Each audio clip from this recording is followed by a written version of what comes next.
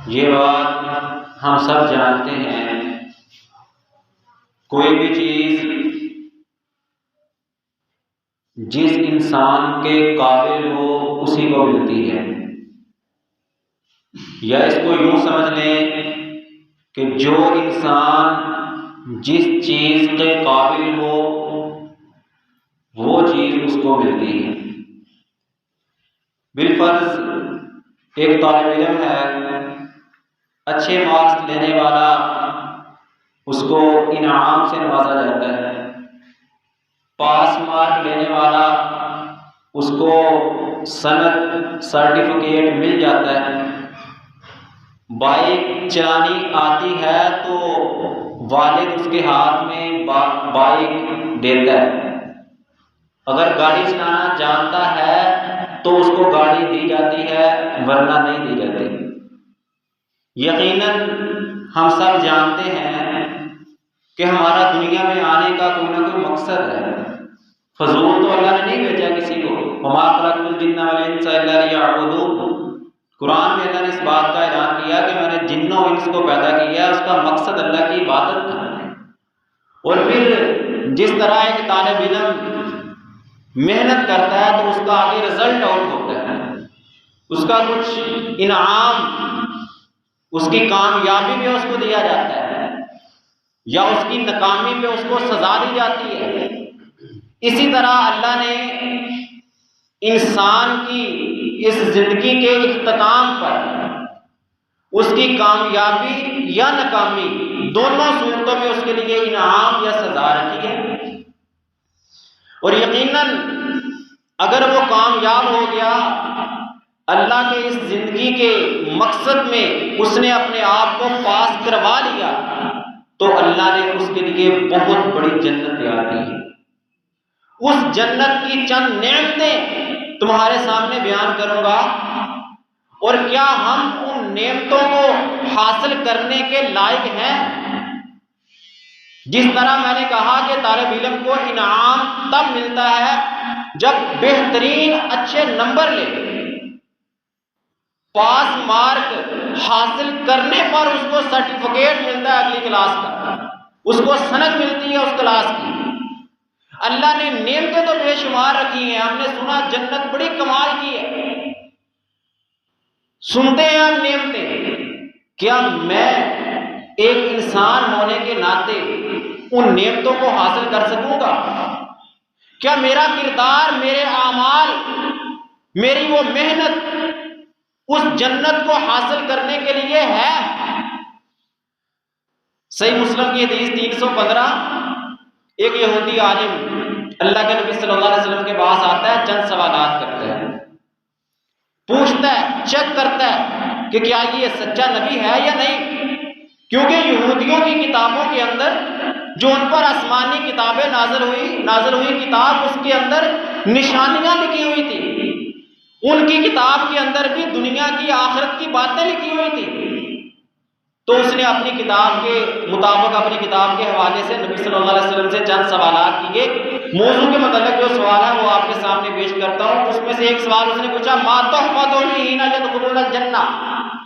जब जन्नती लोग जन्नत में जाएंगे तो उनको क्या तोहफा दिया जाएगा? अल्लाह की तरफ से जन्नत के अंदर जन्नती दाखिल होंगे तो आगे से तोहफा क्या मिलेगा? सबसे पहले कौन सी चीज दी जाएगी? काला कहा, ज़ियादतु काबिदिन नून, मछली के जिगर का गोश्त, जन्नतियों की मेहमान नवाजी की जाएगी।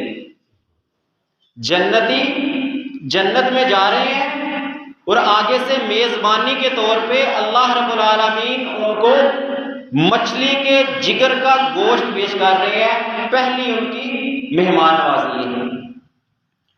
काला फमा गदाहु आला इसरिहा। फिर उसने पूछा कि इसके बाद दूसरा खाना कौन सा पेश किया जाएगा?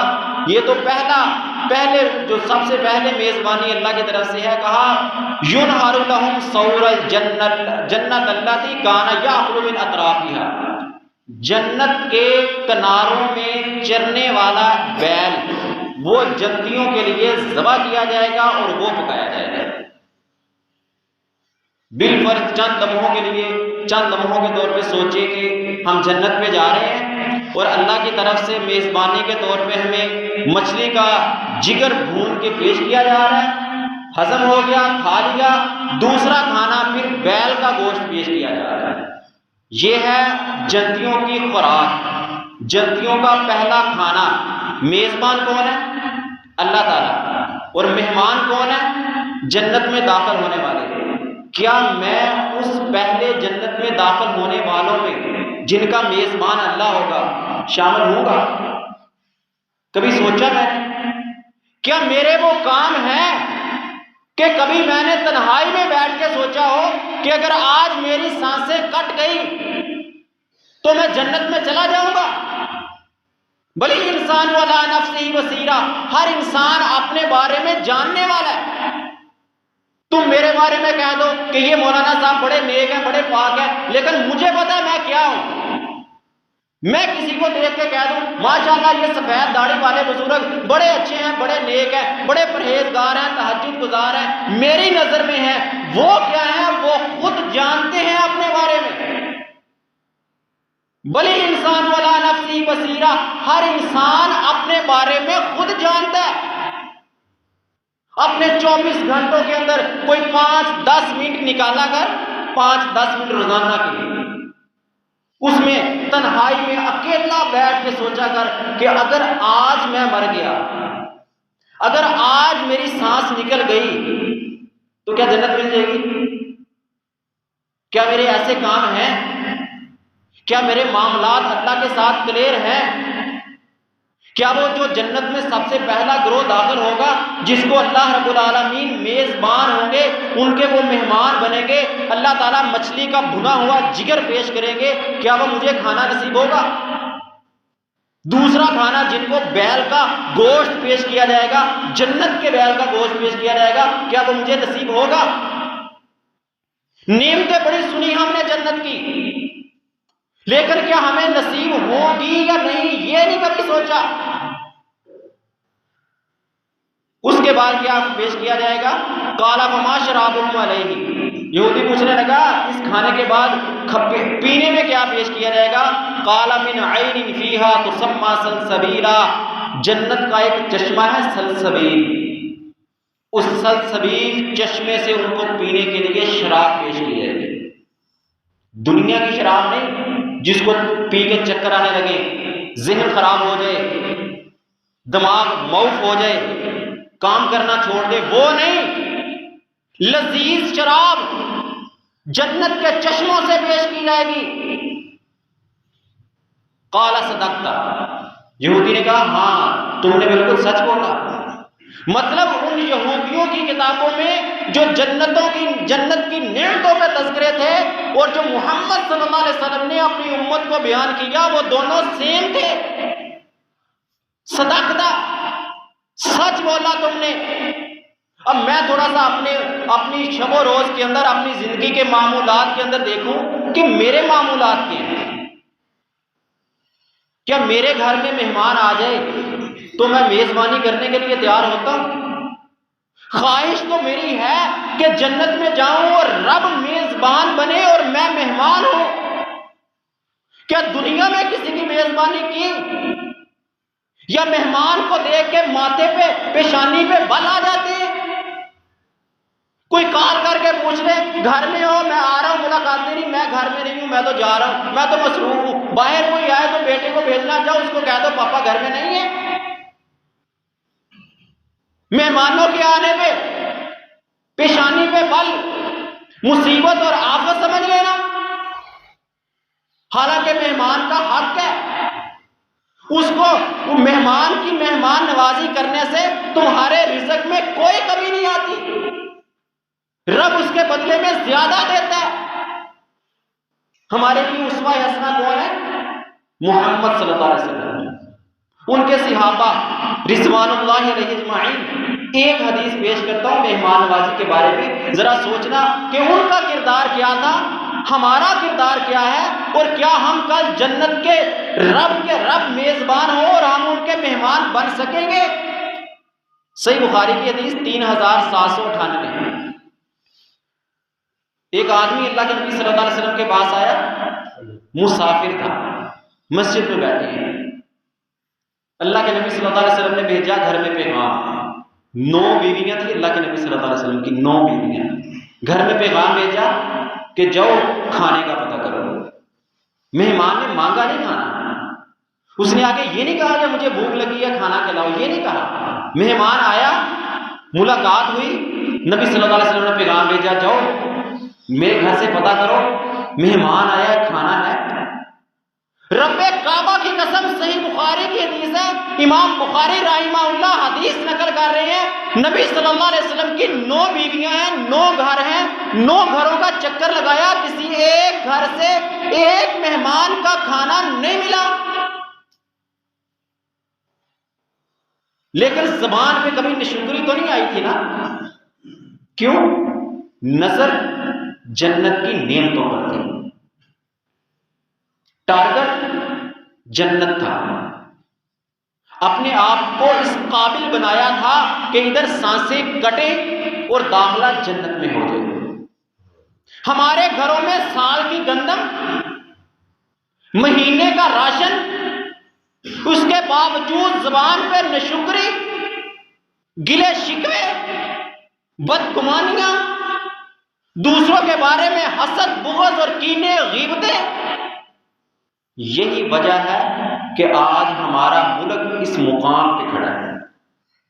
मानता हूं हुक्मरान करप्ट है, मानता हूं ऊपर वाले गलत हैं, लेकिन हमारा मायार क्या है? हमारी हैसियत क्या है? ऊपर वालों को सिलेक्ट करने वाले भी हम और अपने अमाल को बिगाड़ने वाले भी हम, जबान पे नशुक्रियां लाने वाले भी हम। 9 बीवियां नबी सल्लल्लाहु अलैहि वसल्लम की, 9 घरों के अंदर पैगाम भेजा, किसी एक घर से एक मेहमान का खाना नहीं मिला, एक मेहमान का खाना नहीं मिला। लेकिन कभी किसी एक बीवी की जबान पे नशुक्री के अल्फाज नहीं आए, कभी नबी मोहम्मद सल्लल्लाहु अलैहि वसल्लम की जबान पे नशुक्री के अल्फाज नहीं आए। जब भी कहा तो अल्हम्दुलिल्लाह कहा। एक सहाबी बैठे थे, अंसारी सहाबी, उसने कहा अल्लाह के नबी मैं इस मेहमान को ले जाता हूं। पूछा नबी सल्लल्लाहु अलैहि वसल्लम ने मेरे मेहमान की जियाफत कौन करेगा? एक सहाबी कहने लगा अल्लाह के नबी मैं ले जाता हूं मेहमान को घर। उसने हाथ पकड़ा, मेहमान को घर ले गया, और ले जाने वाले को नहीं पता कि घर में कुछ है या नहीं। घर में ले गया, मेहमान को बिठाया, बीवी से पूछ रहा है कोई चीज खाने की है? ये सहाबा की हालत है, कोई पता नहीं कि घर में खाने को कुछ है या नहीं।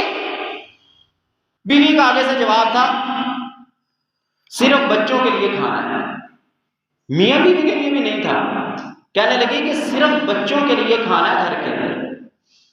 तो खुद कहने लगी कि मैं बच्चों को सुला देती हूं, तुम खाना मेहमान को खिला लो। ये तरबियत थी बीवियों की। वो किसी की बीवी है, किसी की बेटी है, किसी की बहन है, उस बाप ने उस बेटी की कमाल तरबियत की, किसी भाई ने उस बहन की बेहतरीन तरबियत और नसीहत से उसको पाला होगा। जिसकी वो बीवी थी, उस खामद ने उसकी क्या कमाल तरबियत की थी। मेहमान घर में आ गया, अपने लिए खाना नहीं है, सिर्फ बच्चों का खाना था। कहा मैं बच्चों को सुला देती हूं, तुम ये खाना नबी सल्लल्लाहु अलैहि वसल्लम के मेहमान को खिला दो। देख लो अपनी औरतों का हाल, अपनी बहनों और बेटियों के घरों के अंदर हाल। खाना तो दूर की बात है, लिबास खत्म नहीं होते। एक बार पहन लिया, दूसरी बार नहीं पहनना। एक फंक्शन अटेंड कर लिया, दूसरे फंक्शन पे नया लिबास। फिर हम कहते हैं महंगाई खत्म नहीं होती, अखराजात पूरे नहीं होते। और अब्बे काबा कसम मिंबर रसूल पे खड़ा हूं, पूरे वसूख से ये बात कहता हूं, महंगाई का तोड़ तुम्हें बता देता हूं। अमल तुम कर लो, सुकून जिंदगी में आ जाएगा। ख्वाहिशात छोड़ दो, जरूरियात पे आ जाओ। ख्वाहिशात कभी नहीं पूरी होंगी, ख्वाहिशात अमीरों की भी पूरी नहीं होती, और जरूरियात फकीरों की भी पूरी हो जाती है। इस गए गुजरे दौर में महंगाई की कमर तोड़ महंगाई के वक्त अगर सुकून चाहते हो, ख्वाहिशात को छोड़ के जरूरियात पे आ जाओ, रब्बे काबा की कसम रब तुम्हें सुकून वाली जिंदगी दे देगा। बीवी ने कहा बच्चों को सुला देती हूं, खाना मेहमान को खिला दो। खाना मेहमान के आगे रखा। खाना बच्चों के लिए था ना, तो मेहमान बड़ा आदमी था, एक मेहमान खा सकता था। अब वो मेजबान जो सहाबी था वो भी साथ बैठा। अरब का दस्तूर था कि दोनों खाते, मेजबान भी खाता मेहमान भी खाता। अब उसने कहा कि जब मैं मेहमान खाना खाने लगे तो तू दिया दुरुस्त करने के बहाने चिराग को बुझा देना। मैं मुंह हिलाता रहूंगा, मेहमान समझेगा मेजबान खा रहा है और वो पेट भर के खाना खा लेगा। बीवी ने वैसे ही किया। अब ये भी तो कह सकती ना, कोई बात नहीं, आधा तुम खा लो आधा वो खा ले, तुम्हारा भी गुजारा हो जाएगा उसका भी गुजारा हो जाएगा। नहीं, खामन की तरबियत थी। उसने खाना शुरू किया, बीवी गई, चिराग दुरुस्त करने के बहाने चिराग बंद कर दिया, बुझा दिया चिराग। अब मेहमान खाना खा रहा है, मेजबान खाली मुंह हिला रहा है, मेजबान खाली मुंह हिला रहा है। ये है इंसानियत। ये एक लफ्ज़ होता है इस्तेमाल, इंसानियत एक है हैवानियत। इंसानियत कहते हैं दूसरों के लिए जीना, और हैवानियत है कि अपनी तरफ खींचना, दूसरों को ना देना। देहात में रहने वाले साहब है ना, दो जानवर चारा खा रहे हो एक जगह इकट्ठे, तो तुमने भी देखा होगा कि इधर वाला जानवर उसके आगे से खाता है, उधर वाला उसके आगे से खाता है, दोनों अपोजिट साइड से मुतजाद तरफ से खाते हैं। ये हैवानियत है। हमारे माशरे में देख लो, वो उसके आगे से खींच रहा है, वो उसके आगे से खींच रहा है, हर कोई दूसरे के आगे से खाने में लगा हुआ है। हैवानियत है ये। इंसानियत क्या है? मेरी खैर है तुम ले लो, मैं गुजारा कर लूंगा, तुम खा लो। खाली मुंह हिलाया सहाबी ने, खाली मुंह हिलाया और उसको कहा कि तुम खाना खा लो, उसको पता नहीं चलने दिया। खा लिया मेहमान ने खाना। सुबह फजर की नमाज पढ़ी नबी सल्लल्लाहु अलैहि वसल्लम के पास, बुलाया सहाबी को, इधर आ गई, क्या मामला है? सहाबी परेशान हो गया, शायद कोई मेहमान नवाजी में कोताही हो गई, कुछ कमी रह गई होगी। पूछा मेहमान का क्या बना? कहा खाना खिला दिया मेहमान को। कहा ज़ाहिकल्लाह, अल्लाह ने तेरी इस मेहमान नवाजी पे मुस्कुरा दिया था। तूने जो रात को तरीका इस्तेमाल किया, बच्चों को भूखा सुलाया, खाली मुंह हिलाया, चिराग को बुझा दिया, मेहमान को पेट भर के सुला दिया, रब अर्श पे बैठा मुस्कुरा दिया तेरे इस अंदाज में। ओ यारो, दुनिया में कोई एक अमल तो ऐसा कर जाओ कि जिस पे यकीन हो कि मेरा रब मेरे इस अमल को देख के मुस्कुराया होगा। शायद इसी के बहाने जन्नत की नेमतें मिल जाए। कोई एक अमल जिंदगी में ऐसा हो, कोई एक अमल अल्लाह की रजा के लिए किया हो, इंसानियत की बुनियाद पे अपने आप को मुश्किल में रख के किसी के लिए आसानी पैदा की हो कि इस बार मैं नहीं तू, मैं मुश्किल तू आसानी, मैं तंगी बर्दाश्त कर लूंगा तू आसानी कर ले। कोई एक अमल अल्लाह की रजा के लिए कर कि अर्श पे बैठा तेरा रब मुस्कुरा दे और तुझे जन्नत का सर्टिफिकेट मिल जाए। रब ने आसमानों से कुरान नाज़िल कर दिया,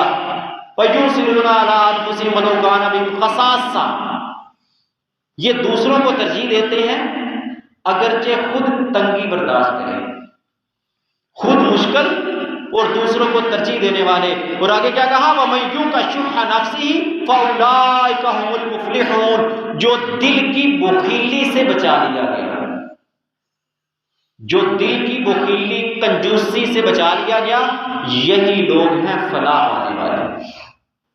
हमारे मुआशरे में कंजूसी, बुखीली, अपना आप अच्छा कर लेना, दूसरा जाए भाड़ में, यह इंसानियत नहीं हैवानियत है।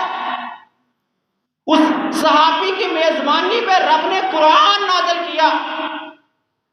ये थी मेजबानी सहाबा की। और हमारा हाल इनको मिलेगी ऐसे लोगों को जो दुनिया में मेजबान दुनिया में इंसानियत के दर्जे पे रह के अपने आप को तंगी में डाल के दूसरों के लिए आसानियां पैदा करने वाले ऐसे लोगों के लिए रब ने जन्नत में दाखिले के साथ ही रब मेजबान होगा और उनको खाने के तौर पे मछली का जिगर पेश किया जाएगा और दूसरा खाना बैल, जन्नत में चरने वाले बैल का गोश्त पेश किया जाएगा।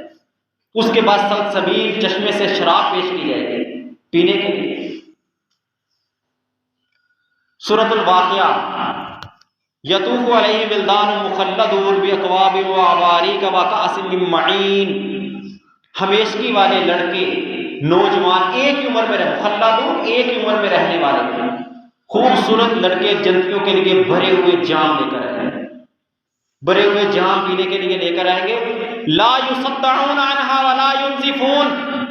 उस शराब से ना तो सर को चक्कर आएंगे और ना ही वो फतूर पैदा करने वाले हैं, ना चक्कर आएंगे और ना ही कोई उससे जहन खराब होगा।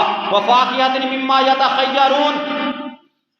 जो पसंद करेंगे ना, जो पसंद करेंगे फल वो उनको पेश किया जाएगा। दुनिया में तुझे आम पसंद था, सेब पसंद था, जो फल पसंद था, जन्नत में जाके ख्वाहिश करेगा या अल्लाह ये चाहिए वही पेश किया जाएगा। वलहमी तैरिन मिम्मा यश्तहून। जिस परिंदे का गोश्त चाहोगे, जिस परिंदे का गोश्त चाहोगे अल्लाह तुम्हारे लिए वही पेश करेगा। लेकिन कभी दुनिया में तो ऐसा करो, दुनिया में भी तो किसी के लिए दो। कोई एक छोटी सी मिसाल देकर समझाना चाहूंगा। घर के अंदर माँ बाप होते हैं ना, माँ बाप कितनी ख्वाहिशात होती है माँ बाप की।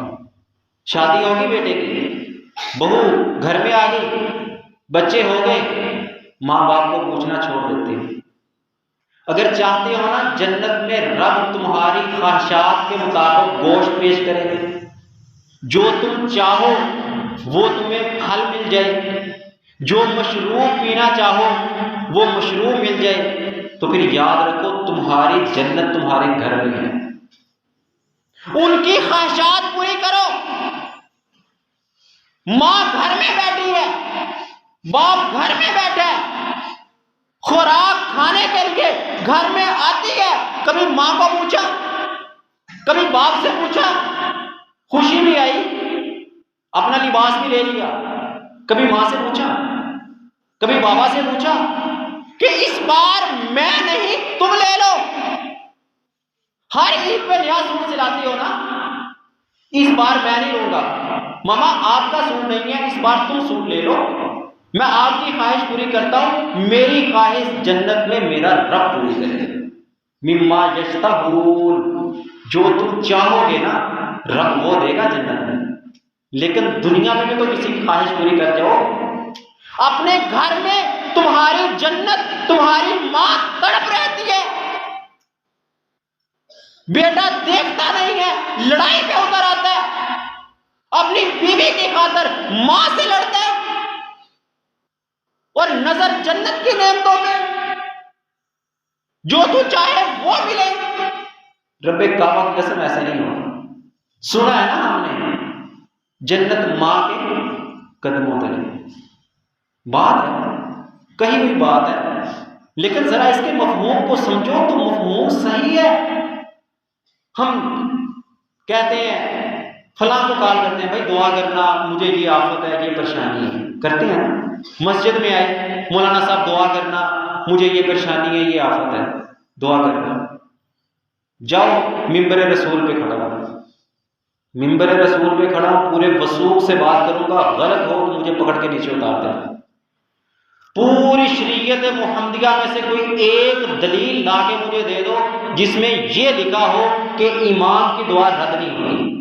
कोई दलील नहीं है, कोई दलील नहीं है कि इमाम की दुआ रद्द नहीं होती। हो सकती है, तुम्हें क्या पता कि इमाम तुम्हारा नेक है या कैसा है, उसकी तन्हाइयां कैसी हैं, उसके अमाल कैसे हैं। कहीं है कि अपना इमाम की दुआ, जो भी इमाम दुआ करे पूरी होगी, जो भी इमाम दुआ करे पूरी होगी, खतीब जो भी दुआ करे पूरी होगी, कहीं है लिखा हुआ? जाओ किसी दुनिया के आलम से पूछ के ले आओ, कोई एक हदीस ला के मुझे दिखा दो, कोई एक कुरान की आयत मुझे ला के दिखा दो जहां ये लिखा हो कि इमाम जो भी दुआ करे वो पूरी होती है, कहीं नहीं लिखा हो। लेकिन हम फिर भी किसको आगे कहते हैं? इमाम साहब दुआ करना, इमाम साहब दुआ करना। मैं तुम्हें दलील देता हूं, नबी मोहम्मद सल्लल्लाहु अलैहि वसल्लम ने फरमाया, वालिदैन अपनी औलाद के लिए जो भी दुआ करे रब उसको कबूल करता है। तो तुम्हारी दुआओं की फैक्ट्री, दुआओं की कबूलियत तो तुम्हारे घर में थी, तो अपने घर में जन्नत और जहन्नम का सर्टिफिकेट था, उसको पसे पुष्ट डाल के मस्जिद के इमाम को दुआओं पे लगा दिया, जिसका शरीयत मुहम्मदिया में कोई सबूत नहीं है।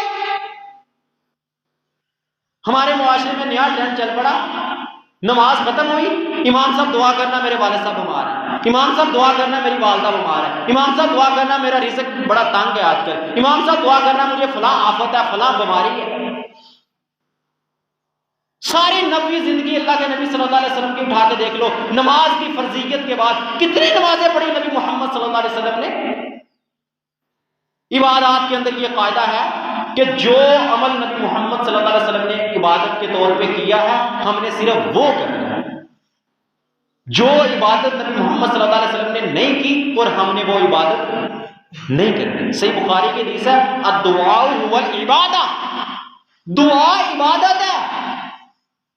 रमजान आ रहा है ना, कितनी रकत तरावी पढ़ेंगे? 11 रकतें। क्यों?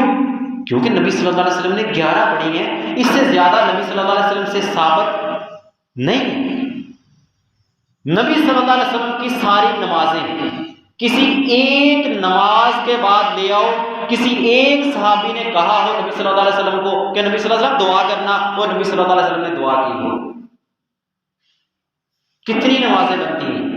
नमाज की फर्जियत और कब नबी सल्लल्लाहु अलैहि वसल्लम की वफात हुई, 11-12 साल का अरसा बनता है, 11-12 साल का अरसा, 10-11 साल का अरसा। 10-11 साल में रोजाना की 5 नमाजें, कितनी नमाजें बनती हैं। और यारो किसी एक नमाज के बाद कोई एक मौका नबी मोहम्मद सल्लल्लाहु अलैहि वसल्लम ने फर्जी नमाज के बाद दुआ की हो, दलील ला दो। नहीं है ना, तो भी इसका मतलब है ये इबादत नहीं है। अगर हम करेंगे तो ये सुन्नत नहीं बिदअत होगा। जिस तरह 11 से ज्यादा पढ़ो तो जायज नहीं है ना। जोहर की 4 रखते हैं ना, 5 पढ़ लो, क्या हर्ज है? एक रकत ही ज्यादा की ना, 5 पढ़ लो, नहीं पढ़ सकते। क्यों? क्योंकि नबी सल्लल्लाहु अलैहि वसल्लम का तरीका नहीं है। मगरिब की 3 पढ़ते हो ना, 4 पढ़ लो।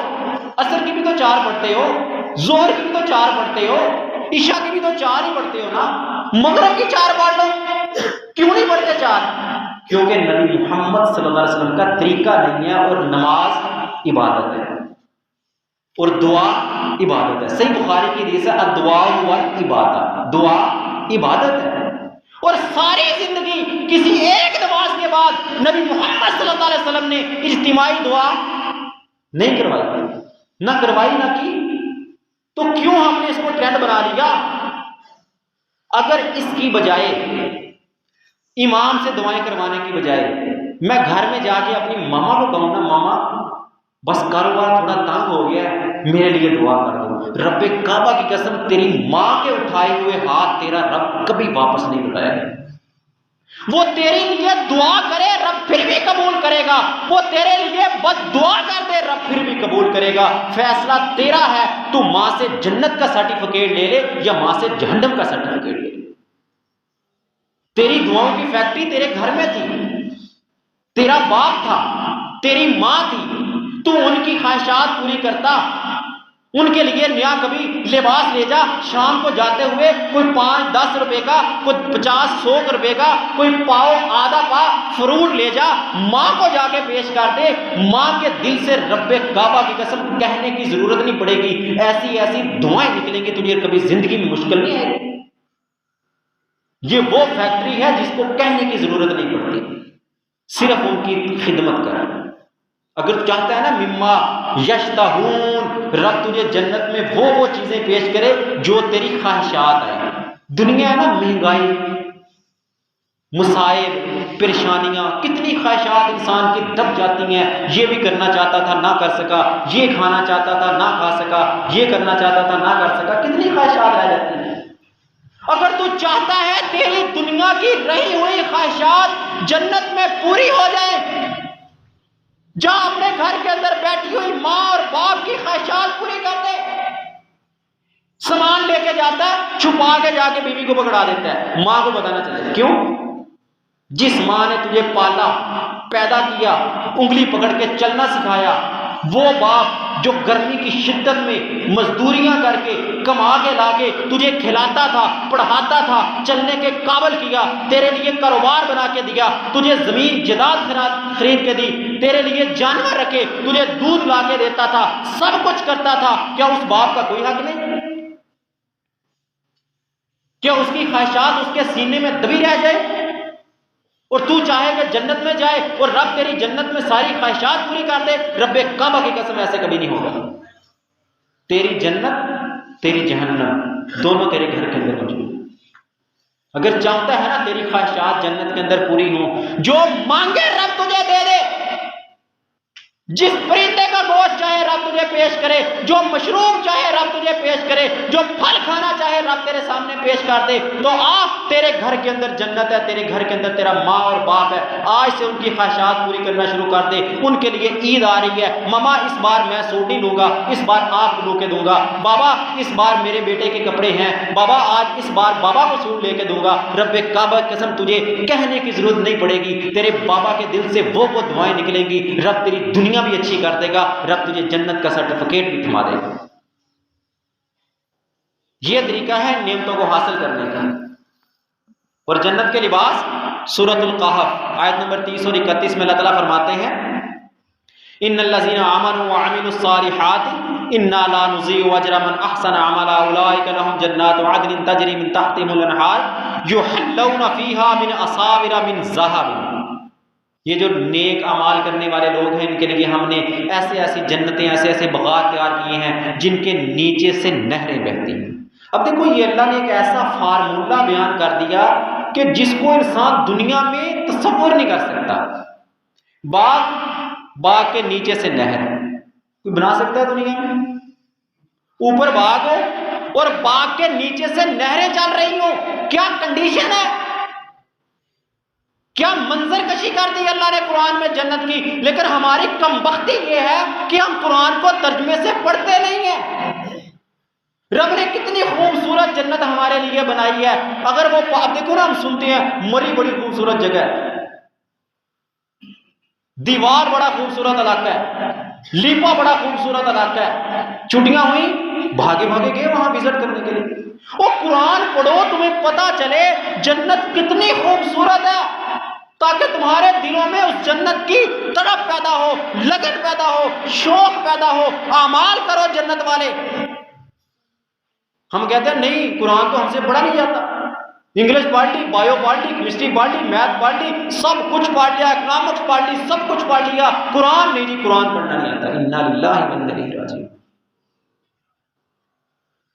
ये सबसे बड़ी हमारी कमबख्ती है, सबसे बड़ी कमबख्ती। दुनिया में दुनिया की हर नेमत, दुनिया की हर जरूरत की चीज हमारे घर में आ जाती है, नहीं आता तो मुतरजम कुरान नहीं आता, नहीं आती। मोबाइल में हर ऐप डाउनलोड कर लेते हैं, हर किस्म की ऐप डाउनलोड कर लेते हैं, नहीं डाउनलोड हो सकती तो कुरान की तफसीर डाउनलोड नहीं हो सकती। क्या नहीं मिलती प्ले स्टोर से कुरान की तफसीर? वीडियोस देखने के लिए टाइम मिल जाता है, सब कुछ देखने के लिए टाइम मिल जाता है, नहीं मिलता तो कुरान की तफसीर पढ़ने का टाइम नहीं मिलता। पढ़ कुरान को तर्जुमे के साथ, पढ़ कुरान को तफसीर के साथ, तुझे पता चले कि तेरे लिए तेरे रब ने कितनी खूबसूरत जन्नत तैयार की, क्या कमाल की चीज तेरे लिए तेरे रब ने तैयार की हुई है। पता नहीं है तुझे? पढ़ेगा उनको तो तुझे पता चलेगा। उसमें क्या है, युहल्लौना फीहा मिन असाविरा मिन ज़हबिन, सोने के कंगन पहनाए जाएंगे। जन्नती लोगों को सोने के कंगन पहनाए जाएंगे। व यलबसूना सियाबन खुज़रम मिन सुंदुसिन व इस्तबरक, कीमती खूबसूरत रेशम का लिबास पहनाया जाएगा। रेशम का लिबास, दुनिया में इंसान आम सा लिबास लेने लगे तो 2-3 दफा जेब चेक करनी पड़ती है, पैसे पता नहीं पूरे होंगे या नहीं। और जन्नत में रेशम का खूबसूरत लिबास पहनाया जाएगा। और जेवरात कैसे पहनाए जाएंगे? सही मुस्लिम की हदीस है, तबलुगुल हिल्यतु मिनल मुमिनी हैसु यबलुगुल वुजू। जो जेवरात है ना, जेवरात, वो वुजू वाले आज़ा पर पहनाए जाएंगे जहां तक इंसान वुजू करता है। अब मैं सोचूं कि वुजू करता हूं, 5 बार अल्लाह ने हुक्म दिया ना वुजू करने का, नमाज पढ़नी है 5 बार, वुजू करके पढ़नी है, तो क्या मैं 5 बार वुजू करता हूं? नहीं करता। तो सोचो कि वो फिर जेवरात किनको पहनाए जाएंगे? अल्लाह का हुक्म है नमाज का। और नमाज, ये हमारे मुआशरे में लोगों ने इतनी रुख्सतें दे दी, इतनी रुख्सतें दे दी, बनु उमैया के दौर तक।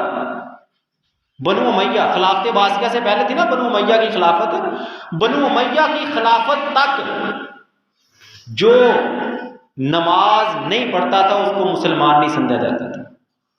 और हदीस तो आज भी है, बैनल राजुली व बैनल कुफ्री व शिर्क तर्कुस सलात। यहाँ एक कायदा समझ लें, कायदा, ये नबी मोहम्मद सल्लल्लाहु अलैहि वसल्लम के लफ्ज़ हैं, बैनल राजुली व बैनल कुफ्री व शिर्क तर्कुस सलात। आदमी और कुफ्र व शिरक के दरमियान फर्क करने वाली चीज नमाज को छोड़ना। बाज लोग यहाँ कह रहते हैं नहीं जी अगर इनकार करो तो काफिर होंगे। और जाओ, तुम्हें नबी मोहम्मद सल्लल्लाहु अलैहि वसल्लम के अल्फाज सुना रहा हूं, नबी मोहम्मद सल्लल्लाहु अलैहि वसल्लम के अल्फाज। यहाँ इनकारुस सलात नहीं कहा, तर्कुस सलात, नमाज का चोर, नमाज को छोड़ने वाला। फजर पढ़ ली, जोहर असर गई, मगरब पढ़ ली, इशा गई, इशा पढ़ ली, फजर गई, कभी पढ़ ली कभी छोड़ दी। यह है तर्कुस सलात, नमाज को छोड़ने वाला। मैं नहीं, नबुव्वत वाली ज़बान उसको दायरा इस्लाम से खारिज कर रही है। ये हमारे नाम नेहाद मुल्लाओं ने रुख्सतें दे दी, कोई बात नहीं, बस कभी कभार पढ़ लो, तुम्हें तो फलां बाबा बख्शवा लेगा, फलां पीर बख्शवा लेगा। रब्बे काबा की कसम नहीं बख्शवा सकते। अगर इस्लाम के अंदर तेरे दाखिले का सबब नमाज है, नमाज पढ़ता है तो इस्लाम के अंदर है। अगर तू नमाज का चोर है, अपनी मर्जी से पढ़ता है, मर्जी से छोड़ता है, मैं नहीं कह रहा, नबूवत वाली ज़बान तुझे दायरा इस्लाम से खारिज करके गई है। वुजू वाले अज़ाब के ऊपर तुझे जेवरात पहनाए जाएंगे। फिर तिरमिज़ी की हदीस है, नबी सल्लल्लाहु अलैहि वसल्लम फरमाते हैं जन्नत में से अगर एक नाखन के बराबर जगह, जन्नत में से एक नाखन के बराबर जगह अगर दुनिया के अंदर जाहिर कर दी जाए तो ये दुनिया की रोशनी मांद पड़ जाएगी, दुनिया की रोशनी मांद बढ़ जाएगी। और वो बंदा, जन्नती बंदा जिसको जेवर पहनाए जाएंगे, कंगन पहनाए जाएंगे, अगर वो एक बार दुनिया में झांक ले, एक बार दुनिया में झांक ले, तो ये सूरज की रोशनी ऐसे मांद पड़ जाएगी जैसे सूरज की रोशनी से सितारे मांद पड़ जाते हैं। सूरज की रोशनी में सितारे नजर आते हैं? नहीं नजर आते ना। तो अगर वो बंदा, जन्नती बंदा, एक बार दुनिया में झांक ले तो सूरज की रोशनी खत्म हो जाएगी, उसकी रोशनी ज्यादा होगी। वो जन्नत और वो जन्नत की नेमतें रब ने हमारे लिए तैयार की, और हम दुनिया के पीछे, दुनिया दुनिया दुनिया दुनिया कमा लो, दुनिया के आगे हमारी कुछ सोच नहीं जाती। कौन सी दुनिया? दुनिया की हैसियत में तुम्हें बताता है। सही बुखारी के जैसा नबी सल्लल्लाहु अलैहि वसल्लम ने फरमाया, इंसान अपनी उंगली समंदर में डुबोए ना, समंदर में, और बाहर निकाले, और ये उंगली के साथ कितना पानी लगता है? मेरे ख्याल में एक कतरा भी नहीं बनेगा। ये एक कतरे से कम पानी जो उंगली के साथ लगा है, ये दुनिया की जिंदगी है। और वो समंदरों का लामहदूद पानी जिसका किनारा नहीं मिलता, जिसकी गहराइयों का पता नहीं है, ये आखिरत की जिंदगी। और खुद तनासुब देख लो अपना। 24 घंटे रब ने दिए ना एक दिन के अंदर, एक दिन रात में 24 घंटे।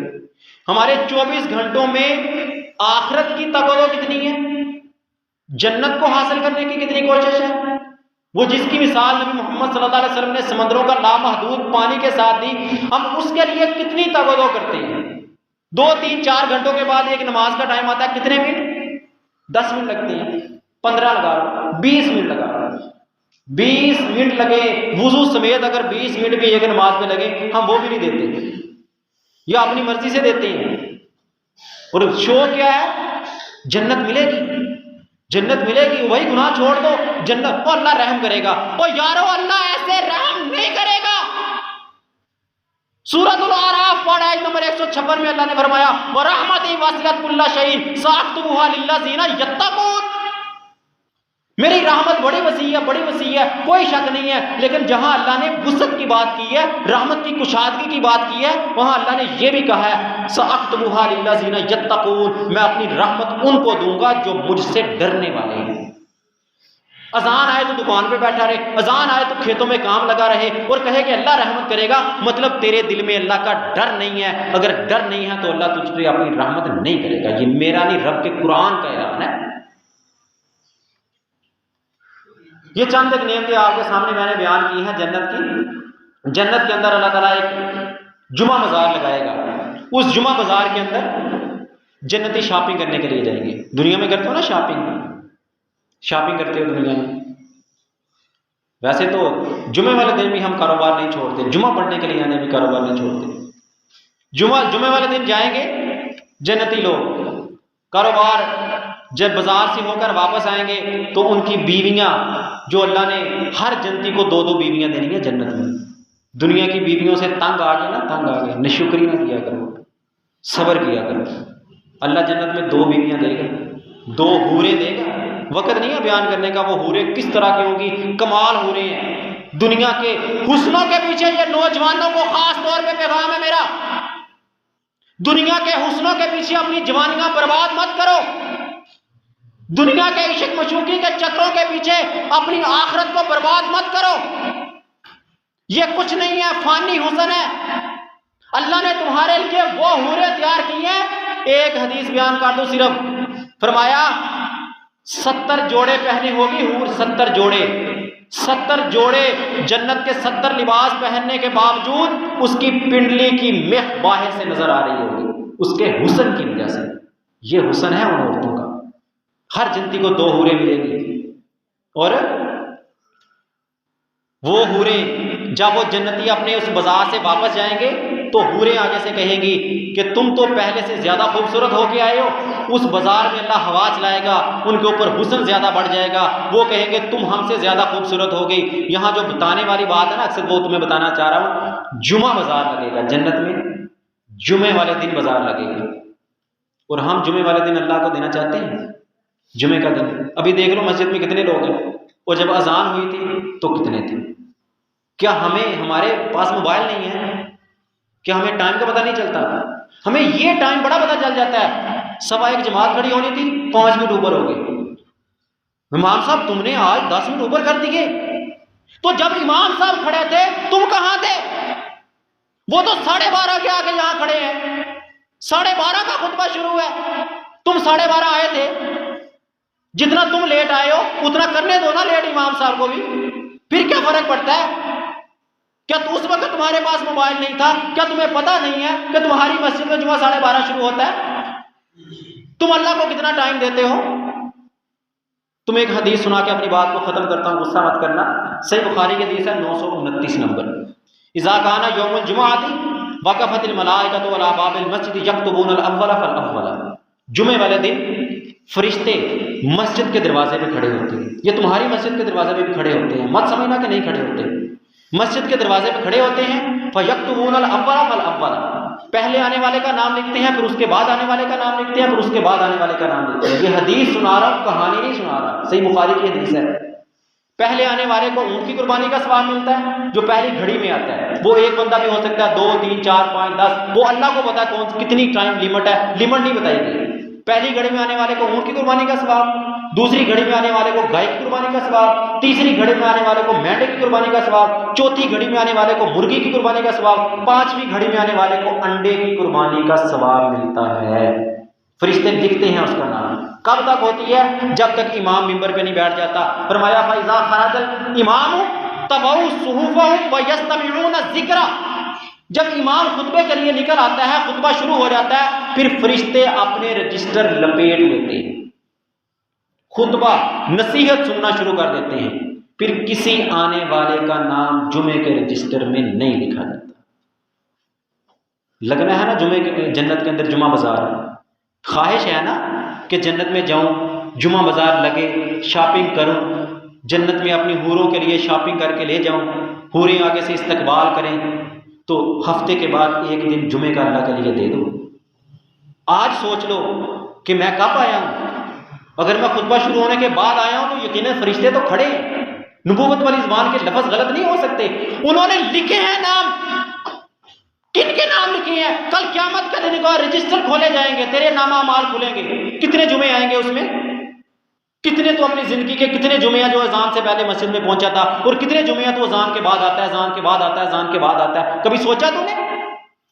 दुनिया खत्म नहीं होगी। वही मिसाल के समंदरों का लामहदूद पानी वो आखिरत है, और उंगली के साथ लगने वाला एक हसीयत से कम कतरे से कम हसीयत रखने वाला, ये थी दुनिया जिसके पीछे तू भागा भागा फिरा। शैतान तुझे कहता है ठहर जा भी टाइम है, थोड़ा सा हो ठहर जा, थोड़ा सा हो ठहर जा। वो थोड़ा थोड़ा थोड़ा थोड़ा करते तेरा जुमा ज़ाय करवा देता है।